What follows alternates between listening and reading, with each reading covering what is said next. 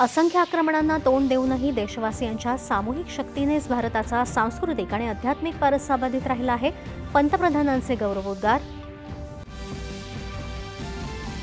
गोव्यात समुद्र प्रताप हे भारतीय तटरक्षक दलाचं पहिलं प्रदूषण नियंत्रण जहाज संरक्षण मंत्र्यांच्या हस्ते तटरक्षक दलाच्या ताफ्यात समाविष्ट.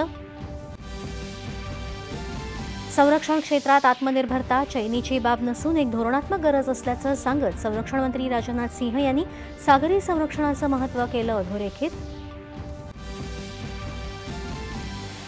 गेल्या 11 वर्षात देशातील इलेक्ट्रॉनिक्स उत्पादनात 6 पटीनं वाढ तर निर्यात 8 पटीनं वधारली. इलेक्ट्रॉनिक्स मंत्री अश्विनी वैष्णव यांची माहिती.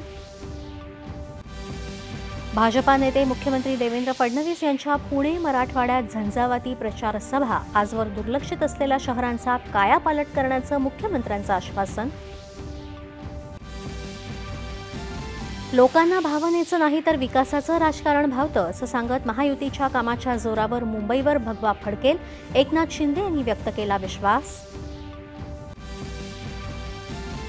महायुतीतील घटक पक्षांनी युतीधर्म पाळण्याचा अजित पवार यांचा सल्ला तर महायुतीतील पक्षांनी एकमेकांवर टीका टाळण्याचं चंद्रशेखर बावनकुळे यांचं आवाहन.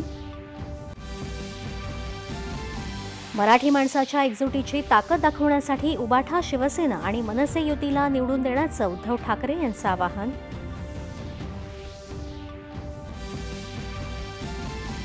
महापालिका निवडणुकीत बिनविरोध येण्यासाठी सत्ता आणि पैशाच्या बळावर घोडेबाजार होत आहे.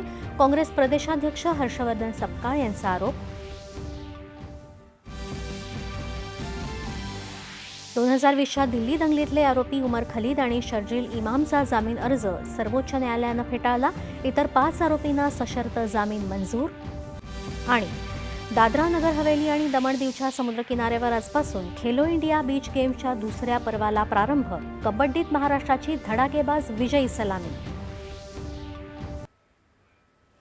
नमस्कार. 9:30